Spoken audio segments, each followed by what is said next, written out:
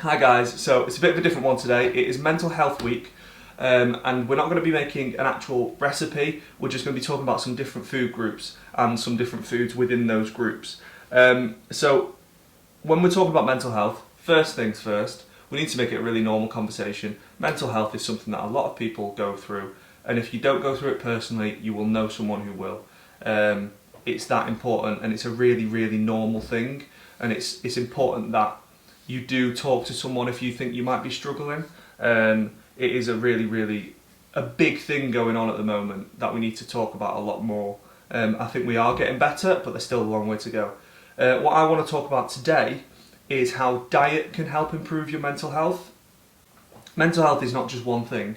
It's a huge, huge umbrella term for pretty much everything that goes on in the head. It is a physical thing, and that's where diet can come into it. So we're just going to be talking about that aspect. This is not everything. If you eat all these foods, it doesn't guarantee that your mental health might get better. There will still be other things that could be getting you down and affecting your mental health. So the first food group we've got is herbs. So I've just got some coriander, some basil and some rosemary. Herbs and spices contain a load of things called antioxidants, which basically are known to reduce stress and anxiety. So I mean, it seems obvious, the more you eat of those, the better it is for your brain. The next food group we've got is greens. So when we talk about diet and mental health and stuff like that, a lot of it's to do with a thing called inflammation, which can affect your moods and like anxieties and mood swings and things like that. And greens are known to reduce inflammation. So what they also do is they promote good gut health and your digestive tract, and there's a direct link between that and your brain with how you regulate chemicals in your brain and things like that. There is, of course, I am not a scientist.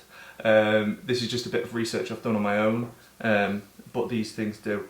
Another thing that reduces inflammation is berries. So other than being really, really nice, they do reduce inflammation. So it helps with that whole general body brain health as well. So good for your gut, good for your brain as well. So the next food group we've got is whole grains. So we've got just some rolled oats, like porridge, and then we've got some quinoa, some red rice, some bulgur wheat in there, just some different whole grains that I use this instead of rice sometimes. It just kind of helps. But your brain basically uses sugar to function, and when you have too much sugar, it can struggle, and it has too much going on. Whole grains reduce that basically, so they help regulate how much sugar you've got in your body and in your bloodstream, and so they're really, really good. They're also they release slowly, so they keep you full for longer. They help you with a balanced diet. They are an absolute super group. The next group we have is omega-3 fatty acids.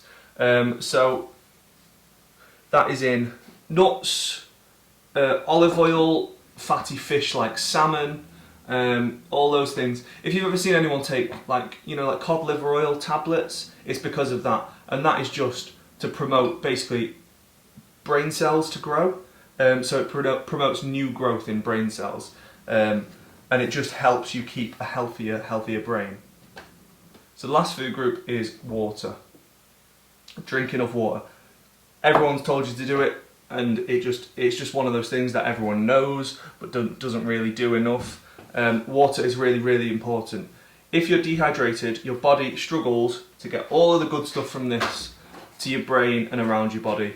It helps your digestive tract, it helps your general brain health. You'll be in a better mood if you drink enough water. It's kind of like sleep. So when you've had a really bad night's sleep, how the next day is almost a bit of a write-off, like you're struggling, everything seems harder, you seem in a worse mood. Dehydration is the same. And when I say dehydration, I don't mean you've gone 3 or 4 days without drinking. I just mean generally you've not drunk enough water. Water is the most important thing. If you take nothing else from this video, because I've rambled on about spinach and things like that you might not like, water is amazing. Just drink a lot of water. It can really, really help. So there's a lot of science and things that I've not gone into, just because I wanted to kind of keep it short and simple. I also don't want to bore you to death. But I just want you to start thinking about actually the way food can influence your mental health as well as your physical health. So we all know that if you eat McDonald's every day, you're probably going to put some weight on and your heart will be worse off for it. But we never really think about diet in terms of in your head. But your brain is a physical organ. So all of these things do affect it. So if you just try and have a healthy, balanced diet. I know chocolate's amazing, I know pizza's amazing. Absolutely eat those things. But just don't eat a lot of them regularly. Just small, vary everything. Have a little bit of everything. So like some herb, try and get some of these into your diet. Have a research of other foods that can help you. It's just really interesting when you look at what food can do for your body and your brain. And it's just one little part of mental health. That being said, a healthy balanced diet, whilst it can help your mental health, it's not going to be the only thing contributing to your mental health. Mental health is quite a serious topic, but it's a serious topic that we need to be honest and open about. There's absolutely nothing wrong with talking about your mental health. Mental health is a really, really important thing, and especially over the last year and a half, when we've seen lockdown and pandemic and stuff like that, and the world's kind of changed. We need to start being open and talking to each other about things that we're struggling with. And mental health, whilst it is, I've kind of been talking about how it's a physical thing, it's a feeling. And if you are upset or you have feelings that you might be struggling with your mental health, then please talk to someone about it. There's nothing wrong with it. It's completely if it's something that's really close to my heart, and it's something I could talk about for a long time. So I just if nothing else, this starts a conversation about how there's plenty of different factors affecting mental health, and I think it's really important that we carry on those conversations.